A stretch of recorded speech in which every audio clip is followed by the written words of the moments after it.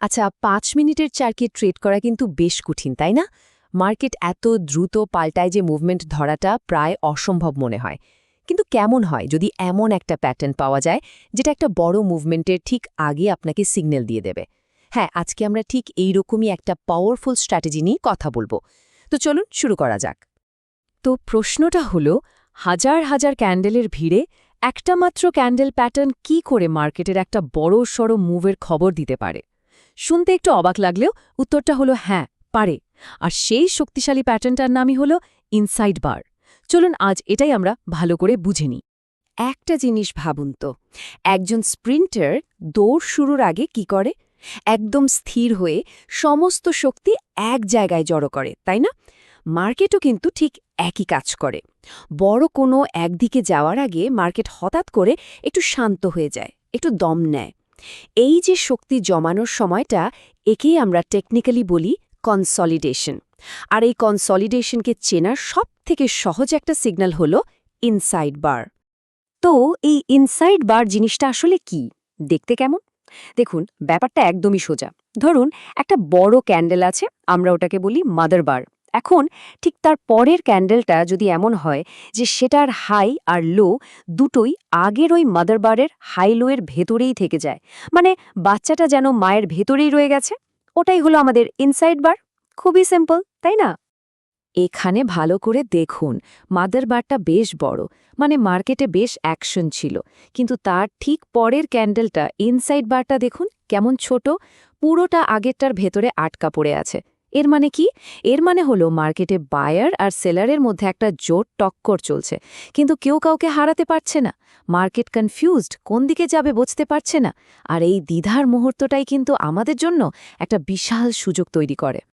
ব্যাপারটাকে অনেকটা একটা কয়েল স্প্রিংয়ের মতো ভাবতে পারেন। আপনি স্প্রিংটাকে যত চাপ দিয়ে ছোট করবেন, ওর মধ্যে তত শক্তি জমা হবে।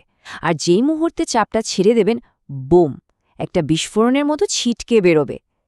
ইনসাইড বার হলো মার্কেটের ঠিক ওই চাপা অবস্থার মতো। যখন এই চাপটা আর ধরে রাখতে পারে না, মানে ব্রেকআউট হয়, তখনই আমরা একটা পাওয়ারফুল মুভমেন্ট দেখতে পাই। আচ্ছা, থিওরি তো অনেক বোঝা হলো। এবার চলুন আসল কাজে নামা যাক, মানে কিভাবে এই প্যাটার্ন ব্যবহার করে আমরা ট্রেড নেব।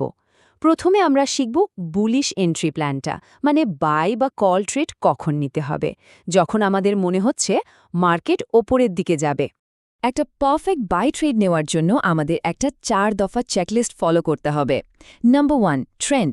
সবার আগে দেখতে হবে প্রাইস কি 50 এর ওপরে আছে। যদি থাকে, তার মানে মার্কেট আপ ট্রেন্ডে, আমরা তো ট্রেন্ডের সাথেই যাব, তাই না? Number 2, pattern. এবার আমাদের একটা পরিষ্কার ইনসাইড বার খুঁজে বের করতে হবে, মানে কনসলিডেশন সিগন্যাল। Number 3, breakout. এরপর অপেক্ষা করতে হবে একটা শক্তিশালী বুলিশ ক্যান্ডেলের জন্য, যেটা ইনসাইড বারের হাইকে ভেঙে ওপরে ক্লোজ হবে। এটাই আমাদের আসল ট্রিগার। আর ফাইনালি নাম্বার 4, কনফার্মেশন। যদি এই ব্রেকআউটটা কোনো মাইনর রেজিস্ট্যান্স লেভেলের ওপরে হয়, তাহলে তো সোনায় সোহাগা, আমাদের সেটআপটা আরও স্ট্রং হয়ে গেল। তো এন্ট্রি কখন নেব? একদম সহজ।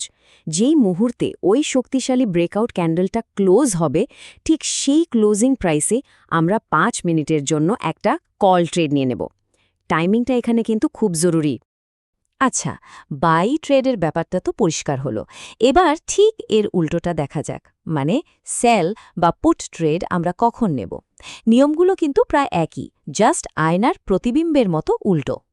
সেল ট্রেডের জন্য আমাদের সেম 4 দফা চেকলিস্ট। 1, প্রাইসকে অবশ্যই 50 এর নিচে থাকতে হবে, মানে ডাউন ট্রেন্ড কনফার্ম।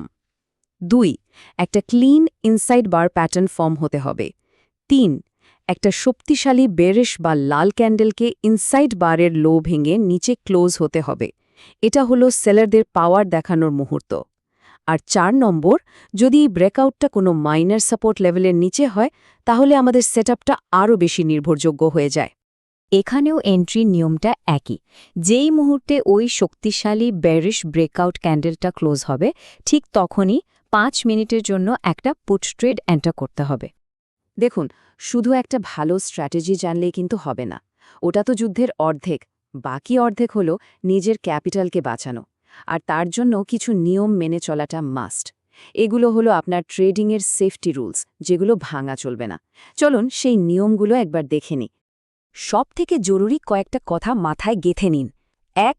মার্কেট যখন সাইডওয়েজ মানে কোনো দিকেই যাচ্ছে না, তখন ট্রেড করার দরকার নেই, দূরে থাকুন। মনে রাখবেন, কোনো ট্রেড না করাটাও কিন্তু একটা ভালো ট্রেড। ২. দুর্বল ব্রেকআউটে একদমই এন্ট্রি নেবেন না, ক্যান্ডেলটা হতে হবে শক্তিশালী। আর ৩. কোয়ান্টিটি নয়, কোয়ালিটি খুঁজুন। দিনে 10টা আজেবাজে ট্রেডের থেকে 2টো পারফেক্ট সেটআপ অনেক ভালো। আর সব কিছুর ওপরে সব নিয়মের সেরা নিয়ম হল মানি ম্যানেজমেন্ট। আমি আবার বলছি, মানি ম্যানেজমেন্ট। আপনার স্ট্র্যাটেজি 100 ভাগ কাজ করলেও যদি মানি ম্যানেজমেন্ট ঠিক না থাকে, তাহলে অ্যাকাউন্ট জিরো হতে সময় লাগবে না। এটা আপনার ট্রেডিংয়ের অক্সিজেন। এটা ছাড়া আপনি টিকতে পারবেন না। তাহলে পুরো স্ট্র্যাটেজিটার সারমর্ম কি? একদম সিম্পল একটা ফর্মুলা। প্রথমে ট্রেন্ডের সাথে চলুন, তারপর কনসলিডেশন বা ইনসাইড বার খুঁজে বের করুন, আর শেষে একটা শক্তিশালী ব্রেকআউটের সাথে এন্ট্রি নিন। মানে trend plus consolidation plus breakout. এই 3টি জিনিস যখন একসাথে মিলবে, তখনই আপনি একটা হাই প্রবাবিলিটি সেটআপ পাবেন। তো ইনসাইড বার নিয়ে তো আমরা জানলাম, এটা মার্কেটের দম নেওয়ার মুহূর্তটা দেখায়। কিন্তু এখন আপনার জন্য একটা প্রশ্ন। ভাবুন তো, মার্কেটের মোমেন্টাম বা গতি যে পাল্টাতে চলেছে, এটা বোঝানোর জন্য আর কি চার্ট প্যাটার্ন থাকতে পারে? এই উত্তরটা খোঁজার চেষ্টা করুন। দেখবেন আপনার ট্রেডিং নলেজ আরও কয়েক ধাপ বেড়ে গেছে।